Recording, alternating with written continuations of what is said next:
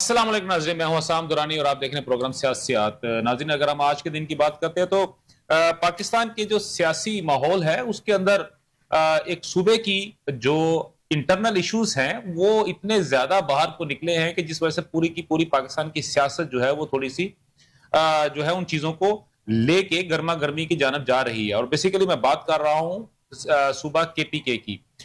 KPK के अंदर इस वक्त जो जैसे कि आप तमाम लोग तमाम हर किस्म की इंफॉर्मेशन जो है वो आप लोगों के पास मौजूद है कि वहां पे जो दहशत गर्दी के मसाइल है और वो पूरे का पूरा सूबा जो है वो गुज़श्ता एक दहाई से जायद का अरसा जो है वो हो चुका है और उस अफरियत का सामना कर रहा है। वफाक की जानब से उसके ऊपर बहुत सारा काम भी किया गया। सूबे के इंटरनल जो इश्यूज थे उनके ऊपर भी बहुत सारा काम किया गया। सूबे की अपनी जो पॉलिटिकल पार्टीज थी उन्होंने भी इस अफरियत से निपटने की पूरी कोशिश की। अगर मैं एएनपी की बात करता हूं या मैं दीगर जमातों की बात करता हूं या तहरीक इंसाफ की बात करता हूं तो एक वक्त में तो हमें तो यहां तक भी लग रहा था कि शायद ये अफरियत जो है इन जमातों को खा जाएगी। लेकिन उन तमाम मसाइल के होने के बावजूद भी तहरीक इंसाफ जो है वो गुज़श्ता जो है वो दो टन्योर और अब का जो टन्योर यानी कि आप कुल मिला के अगर बात करते हैं तो 13 साल से ज्यादा का अरसा हो चुका है कि सूबे के की हुकूमत है। लेकिन दहशत गर्दी का जो जिन है वो अभी तक बोतल में बंद नहीं हो सका। और अब जो इस वक्त वजह अनाज जो है जो कि सूबे और सेंटर के दरमियान बनी हुई है वो है वादी तीरा की एक स्पेसिफिक जगह है जहां पे वफाक की जानब से ये कहा जा रहा है कि वहां पर दहशत गर्दी के अड्डे हैं, हाइड आउट्स हैं। लेकिन जो केपी के गवर्नमेंट है वो इसको मानने को बिल्कुल तैयार नहीं। लेकिन जो यारान मन है उनकी जानब से जो खबरें हमें मसूल हो रही हैं उसके मुताबिक और खास तौर पर ना सिर्फ खबरें मसूल हो रही हैं बल्कि वो तमाम तर चीजें भी वहां से निकल के आ रही हैं जो कि थोड़ी सी होशरुबा जो है वो हालात को बयान कर रहे हैं कि एक जानब तो केपी के गवर्नमेंट जो है वो किसी भी किस्म के ऑपरेशन के खिलाफ है। लेकिन दूसरी जानब अगर हम देखते हैं तो वो वफाक के साथ मिलकर उसने तमाम तर वो चीजें वो कर रही है जो कि किसी भी सूबे के लिए करने की जरूरत होती है या उसको करना चाहिए होता है वफाक के साथ मिलकर दहशत गर्दी के खिलाफ लड़ाई में। इन चीजों के ऊपर डिस्कस करने के लिए आज वफाक या हुकूमत के रिप्रेजेंटेटिव जो है वो हमारे साथ मौजूद होंगे। चौधरी शहबाज बाबर साहब है, आप मेंबर कौमी असम्बली हैं और सर आपको मैं प्रोग्राम में खुशामदीद कहता हूँ। उनके साथ साथ हमारे साथ स्टूडियो के अंदर मौजूद है शेख इनाम सर, तज्जियाकार है, जो कि इन तमाम चीजों के ऊपर जो है वो अपनी तज्जिया जो है वो इस पे देंगे। प्रोग्राम जैसे जैसे आगे बढ़ता जाएगा हमारे दीगर जो मेहमान आए वो भी हमें ज्वाइन करते जाएंगे। तहरीक इंसाफ की जानब से भी रिप्रेजेंटेटिव हमारे साथ होंगे और उसके बाद एक ऐसा मौजू जो कि आज गुज़िश्ता हफ्ते से बहुत ज्यादा गर्म था, T20 वर्ल्ड कप का, उसके भी कुछ फैसला हुआ है हुकूमत पाकिस्तान की जानब पे, उस पर भी डिस्कस करेंगे। तो वो हम लेटर पार्ट जो होगा हमारा हम उसमें इन चीजों को देखेंगे। तो सबसे पहले शहबाज साहब कैसे मिजाज हैं सर आपके? बड़ी शुक्रिया भैया, बड़ी मेहरबानी, थैंक यू। अच्छा शहबाज साहब, मैं आपकी तरफ से तमाम आपके व्यूअर्स को जी सलाम पेश करता हूँ। जी जी, वालेकुम सलाम वालेकुम सलाम। अच्छा शहबाज साहब, ये जो चीजें हम देख रहे हैं यहाँ पे तो वफाक तो एक बड़ी क्लियर कट उसने बात कही है और वादी तीरा के अगर मैं मसाइल को सामने लेके आता हूँ तो जो वीडियोस हमें दिखाई जाती हैं सोशल मीडिया पे उसके अंदर तो बहुत ही कसम पुरसी का आलम है। बर्फबारी हो रही है, बारिश हो रही है, ठंड बहुत ज्यादा है, लोग जो है वो तो हाल से बेहाल हुए हुए अपने घरों को छोड़ के जा रहे हैं। लेकिन दूसरी जानब अगर हम देखते हैं तो जो हमारे इंडिपेंडेंट जराए हैं वो तो वाकयात को कुछ और ही बताते हैं कि वो लोग तो बड़ी खुशी से वहां से अपने इलाकों को छोड़ के बाहर आ रहे हैं। तो सर आप इन चीजों को किस तरह देखते हैं? क्या वाकई वहां पे कोई मसाइल वफाक की अगर मैं बात करता हूं तो वफाक की जानब से अगर कोई डिसीजन लिया गया है? मेरे ख्याल से भाई बात ये है कि लोगों ने वहां से निकलना, ये जाना, जारी बात है, ये इस नॉट जॉब नहीं होता किसी को अपना घर छोड़ के जाना। ठीक है, जो मर्जी हमारे भाइयों के हम उनके मेहरबान हैं कि उन्होंने इस मसले को समझा है, इस मसले को समझते हुए गवर्नमेंट ऑफ पाकिस्तान का साथ दे रहे हैं, अपने सूबे का साथ दे रहे हैं, ताकि उनको पता है दहशतगर्दी का जो जिन है इसको खत्म करने के लिए ये नहीं हो सकता कि हम अल्लाह रहम करे कि हम बातें करें और कुछ उस पर काम ना करें। हम काम करना होगा तो हमारे जो लोग हैं जो बेचारे मासूम जाने वहां पर जो कि दहशतगर्दी के निशाने पर रहती हैं, उनकी हमेशा टारगेट पर रहती हैं, उनकी जानों को भी हिफाजत करना गवर्नमेंट ऑफ पाकिस्तान का ही काम है। सही, इसीलिए जैसे आपने आसाद तारड़ साहब ने बताया था, हमारे वफाकी वज़ीर साहब ने भी, ताकि 4 अरब रुपया दिया गया था कि इन बंदों की डिस्प्लेसमेंट के लिए, ताकि वक्ती तौर पे इनको वहां से डिस्प्लेस किया जाए, इनकी जानों को बचाया जाए, इनको लेके अच्छी महफूज मुकाम पे रखा जाए। जब वहां पे हालात बेहतर हो जाएंगे, जब आपका एक जो दहशतगर्द है, मैं ये कहूंगा जो दहशतगर्द है, जो पाकिस्तान का दुश्मन है, केपीके के दुश्मन है, हमारे पाकिस्तानियों के दुश्मन है, उनको उनके कैफे के दांत तक पहुंचा दिया जाएगा। ये बंदे दोबारा अपने इलाकों में, अपने घरों में जाके रह सकेंगे भाई। सही, बिल्कुल ठीक हो गया। इनाम साहब, जैसा अभी इन्होंने जो बात की अपना शहबाज साहब ने तो जो एक जो इनका वर्डिक्ट है वो इन्होंने कहा, और खासतौर पर उन्होंने ये भी कहा कि जी उनको कुछ 4 अरब रुपए की जो अमाउंट है वो भी उनको रिलीज कर दी गई है। तो अगर 4 अरब रुपए की अमाउंट रिलीज कर दी गई है तो उसके बावजूद भी अगर वो अवाम जो है वो इतने मसाइल के अंदर आ रही है, तो वो फिर प्रॉब्लम क्या वफाक की जानब से है या सूबाई गवर्नमेंट की जानब से? बिस्मिल्लाहिर्रहमानिर्रहीम। बहुत शुक्रिया दुरैन साहब, आपने प्रोग्राम में इनवाइट किया। आपका भी मैं बेहद शुक्रगुजार हूँ, आपके प्रोड्यूसर साहब का भी बेहद शुक्रगुजार हूँ कि इतने इंपॉर्टेंट टॉपिक है गुफ्तगू करने के लिए आपने मौका फराहम किया। थोड़ा सा हमें जानना पड़ेगा कि वादी तीरा है किस जगह। वादी तीरा अफगानिस्तान के बॉर्डर के साथ है और ये बड़ा स्ट्रॉन्ग होल्ड है तहरीक तालिबान पाकिस्तान का। सही। वादी तीरा की कुल आबादी 1.5 लाख है। इसके लिए गवर्नमेंट ऑफ पाकिस्तान, जैसे कि आपने अभी अपने इंटरव्यू में भी फरमाया और अभी भी फरमाया, कि 4 अरब रुपया बकायदा मुख्तस किया गया है। अब 4 अरब रुपया उन तक वो ट्रांसपोर्ट के लिए किया गया, उनको आगे चलाने के लिए किया गया, ये केपीके गवर्नमेंट को दिया गया। अब केपीके गवर्नमेंट की देखिए, एक तरफ आप मिलिट्री एक्शन कर रहे होते हैं और दूसरी तरफ आपकी पॉलिटिकल गवर्नमेंट पॉलिटिकल एक्टिविटी करके लोगों को इन्वॉल्व करती है ताकि आप उसको फिर आगे लेके चल सकें। बिल्कुल है। आर्मी का एक्शन एक हद तक ही हो सकता है, उसके बाद फिर आपने पॉलिटिकल लोगों को इन्वॉल्व करना है। पूरी दुनिया में ये सिस्टम है कि पॉलिटिकल गवर्नमेंट फिर उसको स्टेबल करती है, उस चीजों को देखती है और उसको उस तरीके से करती है। हम जिस तरह सोशल मीडिया पे वीडियोस देख रहे हैं, एक तो वो बड़ी आप कह लीजिए कि मिसलीडिंग है। बिल्कुल। तो उसमें यह दिखाया जा रहा है जैसे बड़ा जबर किया जा रहा है, अपनी कौम के साथ बड़ा जुल्म किया जा रहा है। और जो बयानात हम सुनते हैं के अंदर, केपीके की गवर्नमेंट, जैसे कि आपने फरमाया 13 साल से उनकी हुकूमत उधर चल रही है, तो 13 साल में कम से कम कुछ तो डेवलपमेंट कर लेते, कोई ना कोई पॉलिटिकल विल बना लेते कि हमने इन दहशतगर्दों के खिलाफ कार्रवाई करनी है। आप अगर थोड़ा सा गौर से देखिए, पिछले चंद एक माह के अंदर ये दहशतगर्दी की कार्रवाइयों में कमी आई है। क्या वजह है? कि हमारी आर्मी स्टैब्लिशमेंट ने बड़ा क्लियर अफगानिस्तान को मैसेज दिया है कि अगर आपकी सरजमीन इस्तेमाल हुई पाकिस्तान के खिलाफ तो हम कार्रवाई करेंगे। और पाकिस्तान ने बड़ा क्लियर दुनिया को भी बता दिया, जिस जगह पे पाकिस्तान के डायलॉग हुए थे जिसमें तुर्की भी था, कतर भी था, पाकिस्तान ने सब अपने शवाहिद सामने रख दिए और पाकिस्तान ने बताया कि ये दहशतगर्द टीटीपी के, ये मुल्ला नूर और जो लाला मतीन है, ये सारे मिलकर ये सारी कार्रवाइयां कर रहे हैं। तो इनको बिल्कुल टारगेट किया गया है। ये छुपे हुए थे, इन्होंने शील्ड बनाई हुई थी आम बेचारे मासूम लोगों को, जो मासूम फैमिलीज उधर 1.5 लाख की रह रही हैं, इन्होंने उनको आगे रख के शील्ड बना के ये कार्रवाइयां कर रहे थे।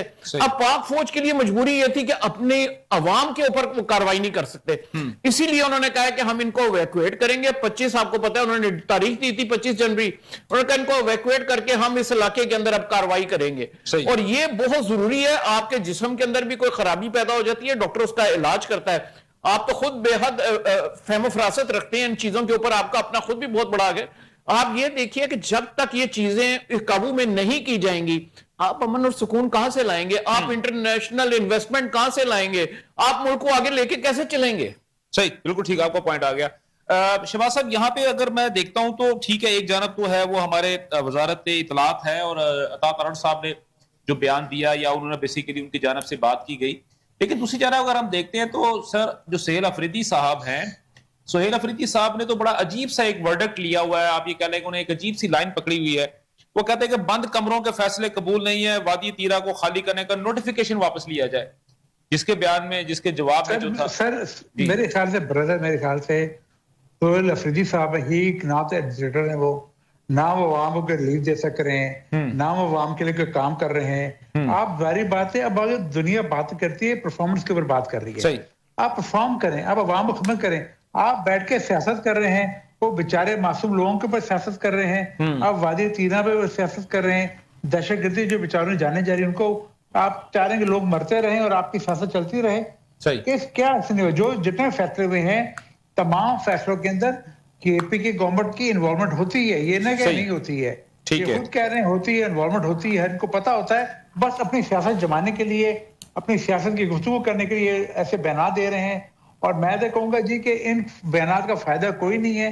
इनको चाहिए ये अवाम के डिलीवर करें, अवाम को दिखाएं, चाहे केपी की गवर्नमेंट हो या कोई और गवर्नमेंट हो।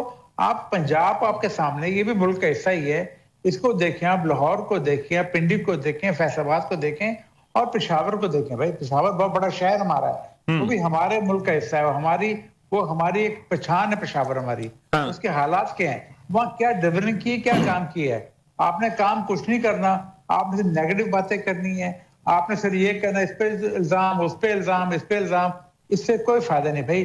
अब लोगों को समझ आ गई है और सोशल मीडिया पे जो जितनी नेगेटिव प्रोपेगेंडा होती है, now each and everybody is well aware of it. ठीक हो गया। अब लोग बेवकूफ नहीं है, लोगों को पता है which is the fake news, which is the genuine news. ठीक हो गया। अच्छा सर, इसी को अगर हम थोड़ा सा आगे लेके चलते हैं, तो जैसे आपने बात की कि जो एक नेगेटिव प्रोपेगेंडा जो है उनकी जानब से किया जा रहा है, लेकिन सर यहाँ पे जो है अगर मैं देखता हूँ तो 26 दिसंबर को जो कि खैबर पख्तूनख्वा हुकूमत का रिलीफ, बहाली और आबादकारी के महकमे ने 26 दिसंबर 2025 को एक नोटिफिकेशन जारी किया था, जिसके तहत 4 अरब रुपए की रकम जारी की गई थी। तो सर इसको आप, ये पॉजिटिव चीज है ना सर, तो सर आप इसको, अगर वो नेगेटिव प्रोपेगेंडा कर रहे हैं तो सर आप इसको पॉजिटिवली आप इसको प्रोपेगेट क्यों नहीं कर पाए सर, उस तरीके से लोगों को क्यों नहीं प्रेजेंट कर पाए जिस तरह वो एक नेगेटिव चीज को प्रेजेंट कर रहे हैं। देखिए बात ये है कि हमने तो किसी की मदद की है, हमने सूबाई गवर्नमेंट को दी है। हाँ। हमारे देश में तो ये नहीं था ना हमने पे सियासत करनी है। हाँ। उन्होंने पे सियासत अब शुरू की है तो हम उसको रेक्टिफाई कर रहे हैं। जब हमने पैसे दिए थे, हमने कहा था सूबा है, पाकिस्तान का हिस्सा है, पाकिस्तान की वफाक का फर्ज है वहां के लोगों की मदद करने के लिए, लोगों की एजुकेशन करने के लिए, लोगों को वहां से निकालने के लिए एक रिलीफ पैकेज दिया गया है। उसके हम सियासत की नजर से नहीं देखा किया हमने तो एज अ हुबुल वतनी तौर पे उन लोगों का राइट है, मैं कहूँ उन लोगों की मेहरबानी, लोग पाकिस्तान के अमन के लिए अपने घरों को छोड़ के डिस्प्लेस हो रहे हैं, वो उनकी मेहरबानी, उनका शुक्रगुजार हमें होना चाहिए, उनको देखना चाहिए उनकी मेहरबानी उनकी जो पेमेंट दे रहे हैं, जो कुछ भी मदद कर रहे हैं, जितने बड़ा वो मैं कह रहा हूँ कि वो कुर्बानी दे रहे हैं, उसका पेमेंट की कोई वैल्यू नहीं है। मगर उसके बाद सियासत ना करें बराए मेहरबानी भाई, लोगों को अप्रिशिएट करें, लोगों का शुक्रिया अदा करें आप। अच्छा इनाम साहब, ये तो जिस साहब इन्होंने बात की है कि वो एक नेगेटिवली चीजों को लेके चलते हैं, ठीक है, इनके पास गवर्नमेंट के ऊपर कहना तो नहीं चाहिए, लेकिन सर ये हकीकत है कि किसी भी किस्म के नेगेटिव बयानिए के लिए कि उसका मुकाबला करने के लिए हमारी जो राइट नाउ जो गवर्नमेंट है, अगर वो कोई पॉजिटिव काम कर भी रही है तो उसके पास उस किस्म के वो चैनल्स नहीं है या इतने वो स्ट्रॉन्ग नहीं है सोशल मीडिया के ऊपर कि उसको प्रोपोगेशन जो है उसको प्रॉपरली प्रोपोगेट कर सके और जो नेगेटिव प्रोपेगेंडा चल रहा है उसको नेगेट कर सके। लेकिन ये जो अभी बात हो रही है कि जो उनको 4 अरब रुपए की रकम जारी की गई है, तो क्या सर ये कहीं कहना तो नहीं चाहिए, might be I am wrong, kindly correct me, कि अगर कहीं ये सिर्फ पैसों को ही इधर उधर करने के लिए सारा कुछ प्रोपोगेट किया जा रहा है? हसन भाई, हमेशा आप ये याद रखिए कि आप खुद भी समझते हैं कि सच की एक बड़ी वैल्यू है, और अगर गवर्नमेंट कह रही है कि हमने 4 अरब दिए हैं और जाहिर है इन्होंने सूबाई हुकूमत को ये पैसे दिए हैं, तो सूबाई हुकूमत का फर्ज बनता था कि ये लोगों की ट्रांसपोर्टेशन का, उनकी रिहाइश का, उनके खाने पीने का बंदोबस्त करते। ये केपी की गवर्नमेंट को चाहिए था, जिस तरह पंजाब के अंदर डेवलपमेंट हो रही है, मैं पंजाब गवर्नमेंट को कोई ये नहीं समझता कि बहुत अच्छी गवर्नमेंट है, लेकिन उसके बावजूद चले वो काम जरूर कर रही है। ठीक है, केपीके के अंदर आप इंफ्रास्ट्रक्चर जरा देखिए, इसमें चीज आप ये कहेंगे अगर वो कॉस्मेटिक्स पे ज्यादा जोर है तो चले हम मान लेते काम कर रही है, ऐसा ही है। मैं कहता हूं चले ये उसी तरह ये थोड़ा बहुत 13 साल का अरसा कोई कम अरसा नहीं है, कोई हॉस्पिटल बना देते, वादी तीरा में बना देते, बड़ी लश ग्रीन वैल्यू है, बड़ी खूबसूरत वैल्यू है, कहीं मर्दान में बना देते, कहीं बन्नू में बना देते, बजाय इसके कि वो बेचारे सारे पेशावर आते हैं और पेशावर में उनको फिर एक बर्डन पड़ता है। तो ये काम नहीं किए पिछले 13 सालों में, ना रोड्स का इंफ्रास्ट्रक्चर बना। आपको मालूम है जब भी कोई टूरिस्ट जाते हैं, हमारे लोकल टूरिस्ट, कभी वो बेचारों की गाड़ियां दरियाओं में गिर रही होती हैं, कभी वो खुद वो यारो मददगार कहीं पे बैठे होते हैं। तो ये वो चीजें हैं जिसके ऊपर जो नजर आनी चाहिए, ऑन द ग्राउंड नजर आनी चाहिए, और केपी के गवर्नमेंट में माजत के साथ उन्होंने उसके ऊपर कोई काम ही नहीं किया। मतलब उनका हर वक्त बयानिया यही रहा है कि हमने हर वक्त टकराव की सियासत जारी रखनी है, अगर हमें ये टकराव की सियासत में हमें कामयाबी मिल रही है तो हम बड़े कामयाब हैं। लेकिन लॉन्ग टर्म के अंदर अब लोगों को ये समझ आ रही है कि हमारी, देखिए गवर्नमेंट हमारे लिए क्या काम कर रही है। क्या उन्होंने उन इलाकों में स्कूल बनाए, लड़कियों के कॉलेजेस बनाए, क्या यूनिवर्सिटियां बनाई, क्या अस्पताल बनाए, कोई सेहत के मराकज बनाए, मतलब कोई एक ऐसी चीज बनाई है तो उसको भी तो एडवर्टाइज कर दें, उसको भी बता देंगे हमने ये किया है। जहां तक बात है सोहेल अफरीदी साहब की, अब वो पब्लिक कंजम्पशन के लिए इस तरह के बयान जरूर देंगे कि जी ये सारा वापस लिया जाए और फलाना किया जाए। जिस टाइम पे उनको ये फंड मिल रहे थे उनको उस वक्त इंकार करना चाहिए था। वो कहते कि नहीं मैंने ये फंड नहीं लेने, आप ये अपने पास रखें और हम इस ऑपरेशन की जगह हम इसको डायलॉग से हल करेंगे, जो कि आज तक डायलॉग से हल हुए नहीं है, क्योंकि वो आप एक्सट्रीमिज्म के खिलाफ और वो तो टेररिस्ट हैं, आप उनके साथ क्या बात करेंगे? आप बात करते हैं वो आगे से आपको आपकी अफवाज पे हमला करते हैं, आपकी अवाम पे हमला करते हैं, आपके मसाजिद पे हमला करते हैं। ठीक है, आपका पॉइंट आ गया। शहबाज साहब, ये अगर डायलॉग्स की अगर मैं बात करता हूं तो डायलॉग्स में मेरा ख्याल है कि राइट नाउ मैं ये समझता हूं कि शायद क्या गवर्नमेंट की यहां पे कुछ थोड़ी कोताही थी, या वो उनकी कम हिम्मत ही कह लें, या उस चीजों को उस तरह सेंस नहीं कर सके कि जब आप गवर्नमेंट ने तहरीके तालिबान टीटीपी का जो इस वक्त गढ़ है बेसिकली अफगानिस्तान की अगर मैं बात करूं, तो अफगानिस्तान आपने जो उनके साथ पीस टॉक किया है या उनके साथ जो भी आपने डिस्कशन की, और खासतौर पे इस पूरे खत्ते के अंदर और पाकिस्तान के अंदर जो इन्फिल्ट्रेशन हो रही है अफगानिस्तान बॉर्डर से, उसको रोकने के लिए जब आपने उनके साथ तमाम तर डोजर्स वगैरह उनको जब भेजे हैं, तो वो जो चीजें थी अगर आप उसको सोशल मीडिया के ऊपर या बाकी चीजों के ऊपर थोड़ा प्रोपोगेट कर लेते, मीडिया के ऊपर, इलेक्ट्रॉनिक मीडिया के ऊपर कर ले, तो वो ज्यादा बेहतर ना होता बानिस्बत इसके कि आप इस वक्त जो है वो एक पार्टी जो है मुसलसल मैना मानो वाली बात लेके बैठी हुई है। सर बात की इंटरनेशनल जो टॉक्स हो रही होती हैं माय डियर ब्रदर, जब बातें कर रहे होते हैं इंटरनेशनल जो फोर्सेस भी इन्वॉल्व होती हैं, आपका कतरी गवर्नमेंट इन्वॉल्व थी, आपका टर्की इन्वॉल्व था, बाकी डायरेक्ट और इनडायरेक्ट बाकी यूरोपियन कंट्रीज तमाम के तमाम यूएन भी इसके इन्वॉल्व उसके अंदर था जब गुफ्तगू हो रही थी। जी जी, जाहिर बात हमने जाकर बात किससे करनी थी ना, अफगान गवर्नमेंट से करनी थी ना, हमने किसी और से तो नहीं करनी थी। पहले उनको चीजों में मनाना था, जब वो चीजों को मान गए हैं, वो देख रहे हैं, वो मान भी गए, वो ये बात नहीं है, वो मानते भी वहां पर है, जो टॉक्स हुई है वो मानते भी हैं, पर वो मजबूर हैं, किन वजूहात से मजबूर हैं, क्या वजह हैं, वो खुद टीटीपी के हाथों मेरे सारे यरमाल हुए हैं, क्या वजह है कि वो मानते हैं हर चीजों को।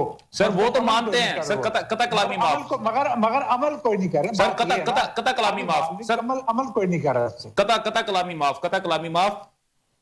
अफगानिस्तान वाले मानते हैं कि आप जो बात कर रहे हैं बिल्कुल दुरुस्त है, लेकिन सर यहां पे क्यों नहीं मान रहे लोग? मैं ये बात कर रहा हूं सर, यहां पे तो ये कहते हैं कि नहीं आप गलत कर रहे हैं, आप सिर्फ डायलॉग करें उनके साथ। भाईजान इनसे बात हुई है, इनको सब पता है, इनको ईच एंड एवरी पता है। सोहेल अफरीदी साहब हो, जो भी हमारे केपी के हमारे जो पीटीआई के दोस्त हैं, सब हैं, इन सबको उन चीजों का पता है। ये वजह सिर्फ सियासत जमा रहे हैं, इनके पास सियासत के लिए कुछ भी नहीं है करने को। अवाम के पास जाने के लिए क्या बताए ना, किस मुंह से अवाम के पास जाएंगे? 13 साल की क्या करके दिखाएंगे? या तो बात करते हैं जो उठा के वो बात करेंगे, आप ये ना करें, या बोलेंगे इमरान खान को जेल से निकालो, या बोलेंगे हम धरना करेंगे, हम जलसे करेंगे, हम जुलूस करेंगे, हम मारेंगे तोड़ेंगे। भाई नेगेटिविटी के अलावा पॉजिटिव क्या बात की बताएं, इन्होंने कौन सी पॉजिटिव काम किया है? ये पूरे 13 साल के अंदर जो बात हमारे भाई ने भी की है, 13 साल में बताया आपकी कारकर्दगी क्या है जो लोगों को लेके जाएंगे और दिखाएंगे कि लोगों को क्या लेके किस मुंह से ये जाएंगे, ये समझ नहीं आ रही है। सिवाय ये नेगेटिविटी के अलावा कुछ इनके पास नहीं है। ये सिर्फ और सिर्फ अपनी सियासत को जिंदा रखने के लिए, अपना जो इन्होंने क्या कहते हैं उल्लू बेचने के लिए, अवाम को बेचारों को मैं कहता हूं गुमराह करने के लिए बातें करते हैं लोग। सही सही सही, बिल्कुल ठीक है। अच्छा, अपना एक सर शहबाज साहब इसी चीज को अगर मैं लेके चलूं तो उन्होंने सोहेल अफरीदी साहब ने बड़ा खतरनाक किस्म का उन्होंने कहा कि 3 ऑप्शन दिए हैं। उन्होंने कहा कि या तो नोटिफिकेशन वापस ले लो या मुझे फारग कर दो, लेकिन फारग करने के उन्होंने ऑप्शन बड़े खतरनाक दे दिए। उन्होंने कहा यार गवर्नर राज लगा दो, मुझे नाअहल कर दो, या फिर मुझे अल्लाह माफ करे जान से मार दो। तो सर ये अगर आप सर ये फिर बातें वो बेवकूफ वाली बातें यार। अच्छा, you are chief minister of the, आप सुबह के चीफ मिनिस्टर हैं यार। एक बाशऊर आदमी गुफ्तगू ये करता है, अक्लमंद आदमी बात करे यार। आप सिटिंग चीफ मिनिस्टर हैं, आप डिस्कस करें, बात करें, बातों को हल करें। आपका सूबे का आपकी जिम्मेदारी अल्लाह ताला ने दी है, अल्लाह ताला ने आपको एक ओहदा दिया है, उससे लोगों के अंदर ईज ऑफ लेकर लोगों की जिंदगी आसान करें। बजाय इसके कि मुझे मार दो, गवर्नरशिप लगा दो, ये लगा दो। भाई हम गवर्नरशिप क्यों लगाएं? हम वजह बताएं क्यों लगाएं ना। अगर आप ये हरकतें करेंगे, अगर आप ये करेंगे और चाहते हैं गवर्नरशिप लग जाए ताकि मेरे ऊपर कुछ ना आए, फिर गवर्नरशिप के ऊपर आप काम करना कुछ नहीं है, फिर गवर्नरशिप के ऊपर आके सियासत करेंगे, जलसे करेंगे, जुलूस करेंगे, हमें कुछ करने नहीं दिए, गवर्नरशिप लगा दी, ये कर दिया, वो कर दिया। फिर डू समथिंग यार, प्लीज खुदा को मानो भाई, काम करो, और काम करके आगे लोगों को आगे लीड दवा के। ठीक हो गया। अच्छा सर, वैसे अगर इसके अंदर सर अगर मैं एक चीज आपसे पूछना चाहूं तो क्या सर वाकई ये जो है जो हमारे सुहेल अफरीदी साहब है, एक जानब तो हमें कहा जा रहा है कि बल्कि हमारे कुछ सहाफी दोस्त है, वो जब ये लाहौर आए थे तो उनसे मुलाकात भी हुई थी, तो उन्होंने कहा था कि वो बंदा जो है उसके अंदर सुनने की और चीजों को ऑब्जर्व करने की सलाहियत मौजूद है, लेकिन अगर सुहेल अफरीदी जो है वो बाकी चीजों से दाएं बाएं हो जाए, यानी कि जो उसके गिर्द में जो पूरा एक किचन कैबिनेट है, अगर वो दाएं बाएं हो तो शायद वो एक पॉलिटिकली अच्छा एक लीडर बन के सामने आए। तो आप क्या समझते हैं कि सुहेल अफरीदी साहब हकीकत में एक अच्छे पॉलिटिकल लीडर के तौर पे सामने आ सकते हैं, या वो सिर्फ एजुटेशन की ही पॉलिटिक्स लेके चलेंगे और वो अली अमीन गंडापुर साहब की तरह कुछ ही अरसे के बाद हमें जाते हुए नजर आ रहे हैं बानी तहरीक के हुक्म के मुताबिक? सर बात ये कि लीडरशिप की तो मुझे पता नहीं भाई, उनको अवाम ने वोट दिया है, लोग अवाम से तवक्को रखते हैं। उनके लीडर ने जो मिस्टर खान है जो बैठे हैं जेल में, उन्होंने उसके चीफ मिनिस्टर बनाया है। उन्होंने पता नहीं कि उन्होंने अवाम की खिदमत करनी है या खान के एजेंडे पे काम करना है, अब ये उनके ऊपर है भाई। इस पर मैं तो कुछ राय नहीं दे सकता, जैसे जिस बंदे को मैं पर्सनली नहीं जानता उसको मैं क्या राय दूंगा इसको मैं। सही, लेकिन पॉलिटिकल पॉइंट ऑफ व्यू से सर मेरा एक क्वेश्चन था सर, ये भाई पॉलिटिकल पॉइंट भाई वो काम करना चाहिए उनको, जाहिर बात है उनको बैठाया गया है। अगर हमारे दोस्तों ने आप जैसे कह लाहौर में लोग उनसे मिले हैं, उनसे बात की, चीजों को समझते भी हैं, चीजों को अगर समझ भी रहे हैं, जज भी कर रहे हैं, तो he should work on it rather than just complaining करना, वो फायदा कोई नहीं है। चले, आई होप, मुझे उम्मीद उनसे है कि वो अच्छा काम करेंगे और कोई ना कोई अच्छे हल्के के लिए अपने सूबे के अच्छे काम। ठीक। अच्छा सर, क्योंकि आपके पास वक्त की कमी है, मेरा एक आखिरी सवाल सर आपसे सिर्फ ये होगा कि सर ये वादी तीरा का जो मामला है, आप क्या समझ रहे हैं कि वफाक जो है इसको कितनी देर के अंदर इसको काउंटर कर लेगी सर? सर ये मेरे तो कहना आपस का खैर नसीब है, मैं कुछ बोलूं, हमारी ये फोर्सेस काम कर रही हैं, हमारे जवान लगे हुए हैं और अल्लाह ताला के करम से नई पाक के सदके से इंशाअल्लाह हमारी पाक फौज ने पहले भी पाकिस्तान से दहशतगर्दी खत्म की थी, इंशाल्लाह दोबारा दहशतगर्दी खत्म करेंगे। ठीक हो गया। शहबाज साहब आपका बहुत बहुत शुक्रिया, आपने हमें प्रोग्राम में वक्त दिया। जी अपना शेख साहब, आपने तमाम तर गुफ्तगू सुनी, तो मैं थोड़ा सा वो दे रहा था क्योंकि उनके पास थोड़ी वक्त की किल्लत थी, तो मैंने कहा चाह रहा था कि चले उनसे जरा जाते जाते दो चार बातें कर लें। तो सर आपने, मेरा सर क्वेश्चन आपसे वही है सर, थोड़ा सा तज्जिया मुझे सर इस पे दीजिएगा। सुहेल अफरीदी साहब को सर आप किस तरह देखते हैं, उन्होंने अपने आप को किस तरह रिप्रेजेंट कर रहे हैं सर? वो सर अफरीदी साहब इस टाइम क्योंकि जाहिर है पहले ये स्टूडेंट लीडर थे, तो मेरा ख्याल है अभी यंग ब्लड है, और यंग ब्लड जो होता है वो कुछ एक्सपीरियंस भी गेन कर रहा होता है, कुछ नए तजर्बात भी कर रहा होता है। तो अफरीदी साहब एक पाकिस्तान के लिए एसेट बन सकते हैं अगर वो पॉजिटिव साइड पे चलते रहें। सही। और वो जितनी एफर्ट कर रहे हैं, जितनी कोशिश कर रहे हैं, उसको अगर वो पॉजिटिव साइड पे भी ले, मैं नहीं कह रहा कि वो नेगेटिव हैं, वो अपनी आवाम के लिए जाहिर है बेहतर ही सोच रहे होंगे, बेहतर कर रहे होंगे। तो मेरा ये ख्याल है कि आगे फ्यूचर में चल के 10 साल बाद एक पाकिस्तान को एक अच्छा पॉलिटिकल लीडर मिल सकता है। हाँ, अगर वो ये चीजें सिर्फ एक किसी के कहने पे कर रहे हैं, तो वो बड़ा शॉर्ट टर्म होगा, वो फिर इतना लंबा चल नहीं पाएगा। वो एक हद तक तो चलेगा लेकिन उससे ज्यादा नहीं चलेगा। इससे ज्यादा इंपॉर्टेंट ये है कि नूर वली महसूद जो कि इस टाइम टीटीवी पाकिस्तान तहरीके तालिबान पाकिस्तान के लीडर हैं, इनसे सर डायलॉग करके सारे देख लिया, अफगानिस्तान से बात करके पाकिस्तान ने देख लिया, लेकिन अलमिया ये है जो आपको और मुझे हम सबको ये मालूम है कि भारत की बहुत ज्यादा मुदाखलत है। भारत इनको फुल सपोर्ट कर रहा है, हर तरीके से सपोर्ट कर रहा है, माली तौर पे भी, असले के तौर पे भी। ये वही कहानी है जो मुक्ति वानी की बलूचिस्तान में हुआ करती थी कि भारत उधर कलकत्ता में सपोर्ट किया करता था, इधर उनको बकायदा इस तरीके से सपोर्ट कर रहा है कि कई अगर अफगानी कई जख्मी हो जाते हैं तो आप यकीन कीजिए उनको उठा के भारत के अस्पतालों में इलाज हो रहा है, पूरी उसकी डिटेल है। तो अब इस वक्त अगर ये इस किस्म की हरकत कर रहे हैं, और पाकिस्तान ने ये डोजियर ना सिर्फ यूनाइटेड नेशंस में दिया, अमेरिका को दिखाया है, ईयू को दिखाया है कि ये सारे मामला चल रहे हैं। सही। अब इस वक्त क्या वजह है कि हमने इस टाइम पे ऑपरेशन सेलेक्ट किया है? इसकी वजह ये है कि उधर क्योंकि वो बर्फबारी हुई है, पाकिस्तान की फोर्सेस ने वो एरिया कॉर्डन ऑफ कर लिया है, बॉर्डर क्लोज किया जी, कॉर्डन ऑफ करके अब वो चाहते हैं कि ये दहशतगर्द जितने भी हैं इनको हम पकड़ें, इनसे हम राज उगलवाएं, पता चले कि ये किस एजेंडे पे काम कर रहे थे, किसके कहने पे काम कर रहे थे, ये तकलीफ है सारी भारत को। और ये शेख साहब, सॉरी मैं आपकी कता कलामी माफ, आपकी जरा बात काट रहा हूँ सर। देखिए अभी आपने कहा कि क्योंकि ये इस वक्त राइट नाउ यानी कि जो ऑपरेशन करने का जो टाइम है, इसलिए ये चूज किया गया क्योंकि यहाँ पे बर्फबारी हो रही है। अब हमारे एक याराने मन है, वो मुझे बता रहे थे कि ऑपरेशन तो शायद पहले शुरू हो जाना था, लेकिन इसको जान के डिले किया गया है ताकि बर्फबारी का सीजन स्टार्ट हो जाए और जब अवाम यहां से बाहर निकले तो वो ज्यादा तंग हो और आप सिंपैथी वोट उनसे गेन कर सके। क्या सर ये बात दुरुस्त भी हो सकती है? नहीं सर, नहीं। जब आप मिलिट्री ऑपरेशंस की तरफ जाते हैं तो उनमें ये चीजें काउंट नहीं होती, क्योंकि ऑब्वियसली मैं पॉलिटिकल पॉइंट पे भी आ रहा हूं। पहले आप देखिए ना, पहले तो ये ऑपरेशन होना है मिलिट्री, तो इसके लिए बड़ा जरूरी होता है प्लानिंग करना, और इसके लिए एक स्ट्रेटेजी बनाई जाती है, उस स्ट्रेटेजी के मुताबिक काम किया जाता है। पॉलिटिकल गवर्नमेंट को साथ इन्वॉल्व किया जाता है। ये हो नहीं सकता कि पॉलिटिकल गवर्नमेंट को कहा जाए कि हम अब करेंगे और आप 3 महीने बाद करें या 4 माह बाद करें, तो आपको उसको इन्वॉल्व करके चलना पड़ता है। ऑब्वियसली जब ये ऑपरेशन कंप्लीट किया जाएगा इंशाल्लाह ताला, मुझे अल्लाह के घर पूरी उम्मीद है कि हमारी अफवाज इसको बड़े अच्छे तरीके से कंप्लीट करेंगी।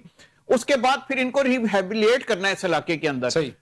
इसके लिए पॉलिटिकल गवर्नमेंट को अपना किरदार अदा करना पड़ेगा। पॉलिटिकल गवर्नमेंट को विल होनी चाहिए कि उन लोगों को वापस 1.5 लाख लोग जो इधर से मूव किए गए हैं, इनको वापस ला के फिर आप देखिए ना, इनकी कारोबारी जिंदगी, फिर रोजाना के रूटीन, इनके बच्चों के लिए बच्चियों के लिए कोई स्कूल, कोई कॉलेज, कोई मदरसा, तो ये सारी चीजें बड़ी इंपॉर्टेंट है। इसके ऊपर काम किया जाना चाहिए, बजाय इसके कि आप ये एक पॉलिटिकल बयान दे दें कि जी मुझे आप यहाँ तो गवर्नर राज लगा दें या मुझे मार दें। अगर आपको इतना ही इसके ऊपर है तो आप बड़ा अच्छा तरीका, डिसेंट तरीका जो यूरोपीय ममालिक में भी किया जाता है, आप इस्तीफा दे देते हैं। आप प्रोटेस्ट कहते हैं, आप कहते हैं ठीक है जी मुझे ये कबूल नहीं है, मैं इस्तीफा दे रहा हूं, मैं इस्तीफा दे के घर जा रहा हूं।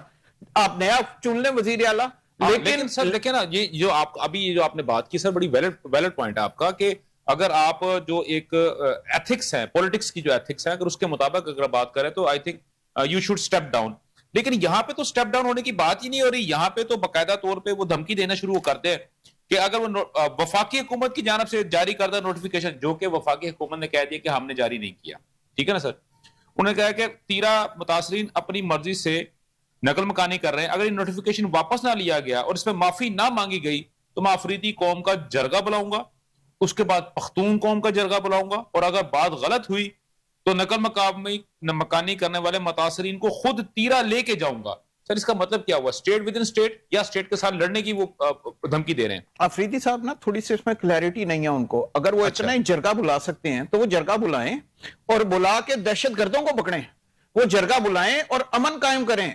वो जरगा बुलाएं और जरगे के अंदर आइडेंटिफाई करेंगे ये हमारे दरमियान में ये लोग आके घुसे हुए हैं अफगानिस्तान से या जहां से भी, इनको हमने काबू करना है। जरगा तो पॉजिटिव साइड पे होना चाहिए ना सर, बजाय इसके कि मैं जरगा बुलाऊं और मैं ये कहूं कि हम अपनी फोर्सेस के खिलाफ लड़ेंगे, हम अपने सेंटर के खिलाफ लड़ेंगे, पैसे भी ले लें और उसके बाद ये कहें कि जी हाँ आपको ये बड़ा जरूरी था, जो लोग खुद ट्रांसपोर्टेशन कर रहे हैं आप उनको ट्रांसपोर्टेशन करके देते, आप उनको अच्छी ट्रांसपोर्ट करके देते, आप उनकी रिहाइश का अच्छा ख्याल करते, उनकी खुराक का अच्छा ख्याल करते।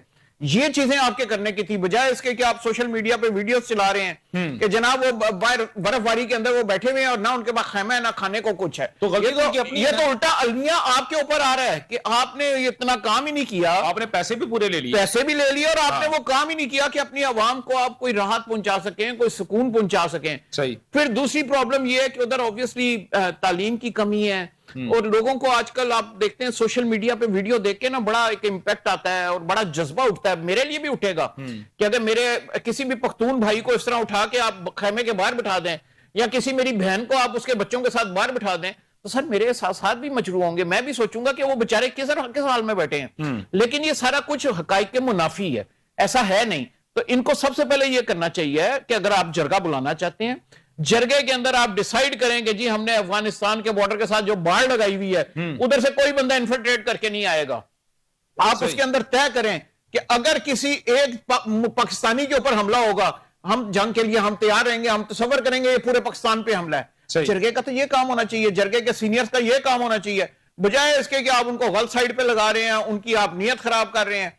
तो मेरा ये ख्याल है कि आफरीदी साहब को इसके ऊपर दोबारा से जरा एक दफा नजरसानी करनी पड़ेगी और उनको थोड़ा सा ना, अब वो उस सीट पे नहीं रहे, अब वो वजीर आला की सीट पे, तो अब वजीर आला की सीट के लिए उनको थोड़ा सा अपना स्पेक्ट्रम बड़ा करना पड़ेगा। सही। अब ये छोटे छोटे बयानात, ये ठीक है स्टूडेंट लीडर के लिए तो ठीक है कि मेरी फेंटी लगा दो, मुझे मार दो, ये कर दो, मतलब ये एक सीनियर लेवल पे जब आप आ जाते हैं तो इस किस्म के बयानात जो हैं वो बड़ा आपके अच्छा, डिस्टॉर्टिंग यहाँ पे होते हैं। अगर एक चीज को मैं इसमें एक ऐड कर दूं, जैसा अभी आप ये तमाम तरह आपने बात की है सर, इसके अंदर अगर मैं लेके चलूं तो शेर अफजल मरवत जो कि एक अपना एक जमाने में इनके बड़े अच्छे लीडर थे और बड़े धड़ल्लेदार बबांग दोहल उनके लीडर थे, जो कि जब तहरीक इंसाफ के बहुत सारे लीडरान जो थे पाबंद सलासल थे या वो अपना रुपूश हो चुके थे, अपना अंडरग्राउंड हो चुके थे, तो मरवत साहब ने जो था उन्होंने एक बीड़ा उठाया और पार्टी को लेके बाहर निकले, और उन्होंने ना सिर्फ बाहर निकले बल्कि उन्होंने जो उस वक्त की जो एजुटेशन की जो पॉलिटिक्स थी उसको बड़ा अच्छे तरीके से लीड भी किया था। वो ये कह रहे हैं कि तमाम तर चीजें जो है वो तो सुहेल अफरीदी साहब खुद करवा रहे हैं, और उन्होंने अपने हलके के अंदर बाकायदा तौर पे जो उनका आबाई इलाका है, वादी तीरा की अगर वो बात करते हैं, उनका आबाई इलाका है ना सर वो, और उसके अंदर उन्होंने कहा कि वो खुद जो है वो जो ऑपरेशन करवा रहे हैं। तो लेकिन दूसरी जानब अगर हम देखते हैं तो शफी जान साहब हैं, वो धड़ल्ले से कह रहे हैं कि हम तो ऑपरेशन नहीं होने देंगे। तो सर ये क्या कॉन्ट्रडिक्शन क्या है सर? सर मुरव्वत साहब जब तक तो पीटीआई के साथ थे उस वक्त तक तो उनका ग्राफ बड़ा हाई जा रहा था। आपने बिल्कुल सही फरमाया कि वो आगे लीड भी करते थे और बड़ा अच्छे तरीके से लीड करते थे, बड़े बबंगे दौल लीड किया करते थे। लेकिन जब से वो पीटीआई से छोड़ के निकले हैं, उनके छोड़ के निकले हैं कि उनको निकाला गया है? जा निकाला गया है। तो अब केपीके के अंदर उनकी उस तरह से सुनवाई नहीं है, ये एक हकीकत है, अटल हकीकत है। सही। तो सेंट्रल गवर्नमेंट को ऐसा बंदा चुन के उसके साथ मुज़ाकरात करने चाहिए जिसकी वो बात सुनते हो और जिसको रिस्पेक्ट करते हो और जिसको कहें कि हाँ ठीक है, हम वो तो सिर्फ बात सुनते हैं सिर्फ और सिर्फ कैदी नंबर 804 की, यानी कि बानी तहरीक जो है इमरान साहब की। तो सर क्या अब एक जो है, अच्छा दूसरी मजे की बात सर ये है कि वो बानी तहरीक ने अपने दौरे हुकूमत में कानून बनवाया था कि जो सजा याफ्ता शख्स जो है वो किसी भी किस्म की पॉलिटिकल एक्टिविटी में हिस्सा नहीं ले सकता, पहली बात। दूसरी बात यह है वो किसी भी पार्टी का सरबराह नहीं हो सकता। तीसरी बात कि वो ना कोई पॉलिटिकल डिसीजन में हिस्सा लेगा, ना उसके साथ किसी किस्म की मशावरत की जा सकती है। और उसके बाद कानून भी बनाया गया और साकिब निसार साहब उस वक्त हमारे जो हमारे चीफ जस्टिस थे, उन्होंने बाकायदा तौर पे उस कानून के तहत जो था वो उस वक्त के वजीर आजम यानी कि जो साबिक वजीर आजम थे नवाज शरीफ साहब, उसके ऊपर ये पाबंदी लगाई थी। तो सर कानून तो मौजूद है, तो अब आप ये चाहते हैं कि क्या हम उस कानून को तोड़ें और बानी तहरीक के साथ तमाम तर पॉलिटिकल एक्टिविटीज को दोबारा शुरू करवाए, वही उसी कानून को तोड़ के जो कि बानी तहरीक ने खुद बनाया था? सर इसमें दो पहलू हैं। एक तो यह है कि मैं नहीं समझता कि खान साहब जो है उनकी कोई नीयत खराब होगी। मैं समझता हूं कि अगर उनको अवाम फॉलो करती है तो उनकी नीयत का मसला नहीं है। अब मसला आ जाता है कि किस जगह पे क्या प्रॉब्लम चल रही है। तो उसके लिए जरूरी नहीं है कि आपने कैदी नंबर 804 के थ्रू ही सारी मामला तय करने हैं। बहुत सारे उधर ऐसे उलमा बैठे हुए हैं जिनकी बात सुनी जाती है, जो अपने इलाके के अंदर बड़ा अपना दबदबा रखते हैं। मेरा ख्याल है उनके साथ अगर बातचीत की जाए तो फिर बेहतर तरीके से रिजल्ट निकल सकता है। ठीक है। और ये अफरीदी साहब के लिए भी बेहतर है कि वो इस किस्म के बाशऊर लोगों को साथ लेके चलें, बजाय इसके कि जज्बाती नारे लगाएं और जज्बाती लोगों को साथ लेके चलें। सियासत काम है तहम्मुल का, सियासत काम है बुर्दबारी का।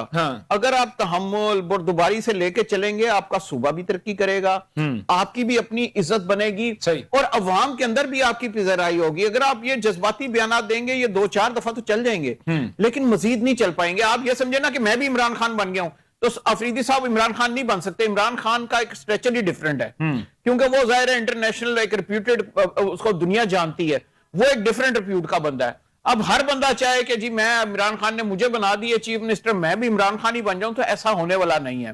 और वो कहते हैं ना शाह से ज्यादा शाह का वफादार, बिल्कुल। वो भी नहीं बनना चाहिए कि आपको अपने अदारों का और अपने मुल्क का एहसास करना चाहिए, अपनी अवाम का एहसास करना चाहिए। हर वक्त ये बातें नहीं करनी चाहिए कि मैंने टकराव ही करना है, हर वक्त हर बात पे मैंने टकराव करना है। ये नहीं होगा मैं ये कर दूंगा, ये नहीं होगा मैं ये कर दूंगा। अरे भाई आप वजीर आला हैं, आपको ये गामा माजा नहीं है कि आप सड़क पे निकल के इस किस्म के बयानात दे रहे हैं कि ये नहीं होगा तो मैं ये कर दूंगा। एक लिमिट होती है टकराव की भी, जरूर कीजिए जिधर आप समझते हैं कि हमें जरूरत है, लेकिन उसकी भी एक लिमिट है, बड़ी थिन लाइन है, उसको आप क्रॉस ना करें। आप उसको क्रॉस करेंगे वो आपके लिए भी नुकसानदेह है, वो सुबह के लिए भी नुकसानदेह है। टाइम आप अवाम का टाइम जाया कर रहे हैं। ठीक है, इस अवाम का टाइम जाया कर रहे हैं जो केपीके में पख्तून अवाम है, उसको आप कुछ चीजें बना के दीजिए। ठीक हो गया सर। इसी चीज को अगर हम आगे लेके चलते हैं तो मेरे ख्याल में, क्योंकि सर ये टॉपिक चल रहा है, मेरे ख्याल में इसको हम जरा पूरा खोल के एक दफा बयान कर लें अपने सुनने वालों के लिए, अपने देखने वालों के लिए, ताकि फैसला करना उन्होंने करना है। सर आप और मैं कौन होते हैं फैसला करने वाले? या तो देखें, या तो पॉलिटिकल पार्टीज ने फैसला करने हैं और उसके बाद अवाम ने फैसला करना है, और अवाम का फैसला जो होगा वो इलेक्शन की सूरत में जब उन्हें वोट डालना होता है वो तब उस वक्त नजर आएगा। तो अगर मैं बात करता हूँ 14 नवंबर 2025 को, क्योंकि सर ये बड़ा पुराना जो प्रॉब्लम जो है वो चलता हुआ आ रहा है ना सर, ये तो एक कैबिनेट मीटिंग हुई थी केपीके की। उसके अंदर सर उन्होंने कहा था कि उसका जो सीरियल नंबर 43 उनका जो एजेंडा था या उनका आप ये कह लें कि एसओपी जो उस वक्त के जो एसओपी थे या वर्किंग का जो पूरा शेड्यूल था, उस मीटिंग का जो एजेंडा था उसका जो सीरियल नंबर 43 था, उसके मुताबिक कैबिनेट मीटिंग जो उनकी हुई थी केपीके में, उसमें तीरा, खैबर और ट्राइबल डिस्ट्रिक्ट के इलाकों में ऑपरेशन की सूरत में अवाम की नकलो मकानी की सूरत में उनकी सहूलियत मुयस्सर करनी है, कैसे करनी है, कहां से करनी है, पैसे कहां से आने, यानी कि तमाम की तमाम चीजें ऑलरेडी डिस्कस हो चुकी हैं। लेकिन हमें सर अंदर खाते हुए ये काम कर रहे हैं और हमें ये बताया जाता है कि नहीं जी हम तो इस ऑपरेशन के खिलाफ है। सर आपका टेक क्या है इसके ऊपर? देखिए, हर एक को मालूम है कि आप जब गिलगित जाते हैं तो गिलगित के रास्ते के अंदर एक ऐसा पैच आता है जिसके अंदर पुलिस के बगैर आप आगे मूव ही नहीं कर सकते। वो इतना बड़ा पैच है जो कि आपको पता है वो इसी वजह से बना हुआ है क्योंकि सर सिंध में भी है, आप एम गिलगित के नाम बात कर रहे हैं सर, सिंध में भी है सर, आप यहाँ से पंजाब से निकल गए, जनूबी पंजाब से बाहर, लेकिन ये वो इलाके थे गिलगित बल्तिस्तान के जो बड़े पुरअमन इलाके थे जिनमें कभी कोई प्रॉब्लम नहीं हुई थी। अब ये हाल है कि अब उन इलाकों से गुजरने के लिए आपको बकायदा सिक्योरिटी दरकार होती है फैमिलीज को। ये वो दहशतगर्द हैं जो पाकिस्तानी नहीं है, ये टीटीपी के वो दहशतगर्द हैं, ये वो ख्वारिज हैं जो नहीं चाहते कि ये मुल्क किसी तरह तरक्की करे। वो नहीं चाहते कि हमारे मदरसों के अंदर कोई अल्लाह का नाम लेने वाला बैठा हो। उनका अपना एक है कि हमारा ऑब्जेक्टिव उनका अपना है कि हमारा ये इस्लाम है और वो चाहते हैं कि ये हम इस्लाम किसी भी तरीके से फोर्स कर दें। अब मैं आपके क्वेश्चन की तरफ आता हूं कि अगर वो एक एजेंडा बना था और जाहिर है वो खाली एक एजेंडा नहीं बनता, उसके बाद एक इंग्लिश में कहते हैं कंटीजेंसी प्लान, कि अगर ये प्लान कामयाब ना हुआ तो हम बैकअप पे ये प्लान रखेंगे और इसके मुताबिक हम लेके चलेंगे। उसी की बुनियाद पे इनको फंड्स मुहैया किए गए। ये 4 अरब के फंड उसी बुनियाद पे मुहैया किए गए ना। बिल्कुल। उसमें यह भी होगा कि आपने ट्रांसपोर्टेशन कैसे करनी है, उसमें यह भी होगा कि अगर कोई बीमार होता है उसको आपने किस हॉस्पिटल में लेके जाना है, उसमें यह भी होगा इनकी डेली की खुराक क्या होगी, उसमें यहां तक होगा कि इनको वापस लाके आबाद कैसे करना है और आबाद करने के लिए इनको वापसी पे कारोबार क्या देना है, और जो इनके मकानात तबाह हो चुके होंगे या दुकानें तबाह होंगी उनको किस तरह दोबारा रिहेबिलिटेट करना है, उनको किस तरह दोबारा ठीक करना है। तो ये तो पूरा एक प्लान बना होगा। ठीक हो गया। अब सूबाई हुकूमत आके इस पे चीफ मिनिस्टर साहब बयानात देना शुरू कर दें तो मेरा ख्याल है ये कोई खिदमत नहीं कर रहे, ये बल्कि मैं समझता हूं कि ये कंट्राडिक्शन की तरफ। ठीक हो गया। नाजरीन, ये तो आपने तमाम तर गुफ्तगू सुनी और इसमें आपको यकीनी तौर पे चीज़ का कुछ अंदाजा भी हो रहा होगा कि मसाइल क्या है, किस साइड पे मसाइल हैं, क्या कौन कैसी चीजें हैं। अभी जो याराने मन जो बातें कर रहे हैं वो यकीनी तौर पे हमसे ज्यादा आपके याराने मन जो है वो आपको चीजों की इंफॉर्मेशन पहुंचा रहे होते हैं। नाजरीन, अभी प्रोग्राम का जो लेटर पार्ट है उसके अंदर, जिसमें मैंने पहले आपसे बिल्कुल स्टार्ट के अंदर बात की थी कि हम क्रिकेट के ऊपर बात करेंगे, तो क्रिकेट जो है वो T20 वर्ल्ड कप जो भारत के अंदर जो होने वाला है, भारत और श्रीलंका के दरमियान, यानी कि 2 ममालिक में मुश्तरका तौर पे, तो वहां पे सबसे पहले तो पाकिस्तान की जानिब से जो था वो भारत ना जाने का फैसला जो था वो सबके सामने आया और वो सबने, क्योंकि वो ऑलरेडी एक डिसाइड हो चुका था कि पाकिस्तान भारत जाके मैच नहीं खेलेगा, लेकिन उसके बाद जो एक कंट्रोवर्सी जो है वो क्रिएट हुई, जिसके बाद बांग्लादेश की जानिब से बड़ा फर्म स्टैंड लिया गया और उसके बाद सजा के तौर पे आईसीसी, अगरचे कि वो इंटरनेशनल क्रिकेट काउंसिल है, लेकिन कहने को तो अब मैं नहीं कह रहा, जबान ज़्यादा आम है, उसको तो इंडियन क्रिकेट काउंसिल का नाम दिया जाता है BCCI के बाद। तो उन्होंने जो फैसला लिया वो यकतरफा फैसला लिया और भारत को तो उन्होंने हर जगह पे सपोर्ट किया, लेकिन उसके अलावा बांग्लादेश के साथ जो मामला इस वक्त हुए, लेकिन उसके फौरन बाद ही तो था वो पाकिस्तान क्रिकेट काउंसिल की जानिब से, PCB की जो बोर्ड है, पाकिस्तान क्रिकेट बोर्ड है, उसकी जानिब, उसके जो चेयरमैन है मोहसिन नकवी साहब की जानिब से एक प्रेस कॉन्फ्रेंस में पूछे गए सवाल के जवाब में उन्होंने ये कहा कि अगर वो बांग्लादेश को वर्ल्ड कप से निकालने के बाद उन्होंने 21वीं टीम ढूंढ ली है तो उनको 22वीं टीम भी ढूंढ लेनी चाहिए। और साथ में उन्होंने ये भी कहा कि वर्ल्ड कप में जाने का फैसला जो है वो हमारी हुकूमत करेगी और वज़ीर आज़म शहबाज शरीफ साहब वो मुल्क से बाहर है, सरकारी दौरे पे, जैसे वापस आएंगे उनसे मुलाकात होगी। आज उनकी वो मुलाकात हो गई और इसके बाद अभी तक जो अंदर की खबरें उसके मुताबिक पाकिस्तान जो है वो वर्ल्ड कप खेलने के लिए जा रहा है, लेकिन फाइनल जो है अभी तक वर्ल्ड जो है वो PCB की जानिब से नहीं आया। इस पर बात करने के लिए आज अभी जो है हमें ऑडियो लाइन पे हमें राणा साजिद साहब ने, जो स्पोर्ट्स जर्नलिस्ट हैं, उन्होंने हमें ज्वाइन किया है और स्टूडियो में हमारे साथ जो शेख नाम साहब है। जी राणा साहब, आपको सब मेरी आवाज आ रही है सर? जी जी, दुरान साहब, बहुत शुक्रिया, थैंक यू। जी राणा साहब, इस वक्त ये जो गुमगू की कैफियत जो पाकिस्तान में पैदा हो चुकी है, पाकिस्तान में क्या पूरी पूरी क्रिकेट वर्ल्ड के अंदर है कि क्या पाकिस्तान जा रहा है या नहीं जा रहा। चले एक तो उसमें चीज क्लियर हो गई कि पाकिस्तान आज इस हद तक तो हम कह सकते हैं कि पाकिस्तान जा रहा है, लेकिन टर्म्स एंड कंडीशन क्या हो सकती है? बिल्कुल दुरानी साहब, ये चीज बिल्कुल क्लियर है कि पाकिस्तान जा रहा है और ये फुल एंड फाइनल है। इसमें टर्म्स एंड कंडीशन जो है वो 2-3 ऑप्शन है जिसके ऊपर गौर किया जा रहा है। सबसे पहला ऑप्शन तो ये है कि पाकिस्तान जो है इंडिया के अगेंस्ट मैच का बाइकआउट कर देगा, क्योंकि इसमें मैक्सिमम जो लॉस है वो इंडिया को होगा, आईसीसी को होगा, क्योंकि किसी भी वर्ल्ड कप हो, एशिया कप हो या किसी भी टूर्नामेंट में पाकिस्तान और इंडिया का मैच ही बेसिक किरदार अदा करता है रेवेन्यू जनरेशन के हवाले से। आपको याद होगा एशिया कप में 1 नहीं 2 नहीं 3 मैचेस हुए थे पाकिस्तान और इंडिया के, और इवन इंडिया जो है बाइकआउट करने का प्लान कर रहा था, लेकिन जब ब्रॉडकास्टर का प्रेशर आया वो सारी चीजें उसको 3 टाइम जो है मैच करवाना पड़ा ताकि मैक्सिमम रेवेन्यू जनरेट किया जा सके। बाइकआउट वाला सवाल इसलिए पैदा नहीं होता क्योंकि इससे पाकिस्तान को भी रेवेन्यू मिलता है, मतलब पाकिस्तान बिल्कुल ट्रैवल ही नहीं करे तो उससे पाकिस्तान को लॉस होगा। तो इसलिए पाकिस्तान तो ऑलरेडी, इंडिया तो पाकिस्तान ने जाना ही नहीं है, पाकिस्तान ने तो जाना श्रीलंका, क्योंकि ऑलरेडी डिसाइडेड है। तो इसलिए ये प्लान जेरे गौर है कि पाकिस्तान जो है इंडिया वाला मैच उसको बाइकआउट कर दे। उससे जाहिर है 2 पॉइंट लॉस करेगा पाकिस्तान, वो तो उसके अलावा पाकिस्तान का ऑप्शन होगा कि 2 मैचेस वो अपने दीगर टीम्स के साथ जीतेगा तो पाकिस्तान नेक्स्ट राउंड के लिए क्वालिफाई कर लेगा। इसके बाद जो सेकंड ऑप्शन बनता है वो ये है कि पाकिस्तान, क्योंकि बांग्लादेश के साथ पाकिस्तान ने स्टैंड लिया है कि पाकिस्तान का मौकफ बांग्लादेश के साथ ज्यादती हुई है और नहीं होना चाहिए था ऐसा, क्योंकि चैंपियन ट्रॉफी में इंडिया ने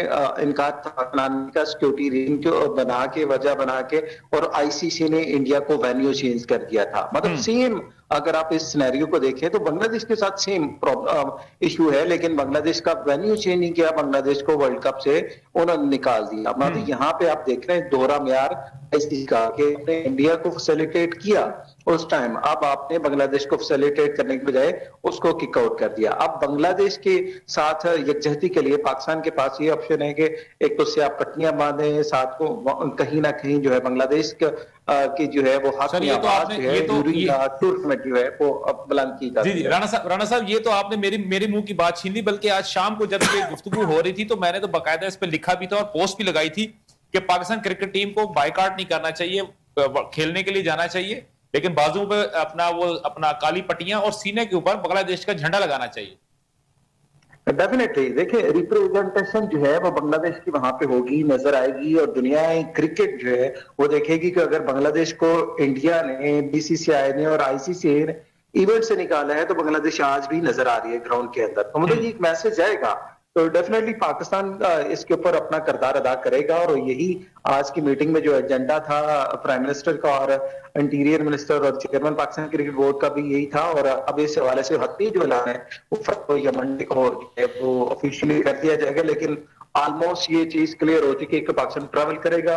और अब इसमें सिर्फ बाकी है कि पाकिस्तान ने इंडिया के साथ मैच खेलना है या नहीं खेलना। अदरवाइज पाकिस्तान आज भी और जुमे वाले दिन भी और ड्यूरिंग वर्ल्ड कप भी जो है वो बांग्लादेश के साथ जो है स्टैंड करता हुआ दिखाई देगा। ठीक हो गया, चलें, ये तो आपका बात बिल्कुल दुरुस्त है। अच्छा सर, यहाँ पे अगर मैं बात करता हूं तो देखिए जो दीगर जो क्रिकेट बोर्ड्स हैं, अगर मैं इंग्लैंड क्रिकेट बोर्ड की बात करता हूं, ऑस्ट्रेलियन क्रिकेट बोर्ड की बात करता हूं, या वेस्ट इंडीज की बात करता हूं, या बाकी जितने भी क्रिकेट बोर्ड्स हैं, आईसीसी ने नो डाउट उसका टिल्ट टूवर्ड्स बीसीसीआई है, लेकिन फिर भी बहुत सारे जगहों के ऊपर उन्होंने पाकिस्तान को सपोर्ट भी किया। उन्होंने बतौर मेंबर जो था उन्होंने पाकिस्तान में, जिस अगर मैं इंटरनेशनल क्रिकेट रिवाइवल की बात करता हूं तो क्या इंग्लिश क्रिकेट बोर्ड जो है वो भी हमारे पास आया, जिम्बाब्वे ने हमें बहुत ज्यादा सपोर्ट किया, उसके अलावा ऑस्ट्रेलियन क्रिकेट बोर्ड, अभी आप देख रहे हैं कि अभी आपकी जो है वो एक जो सीरीज भी आपकी स्टार्ट होने वाली है वर्ल्ड कप से पहले पाकिस्तान के अंदर।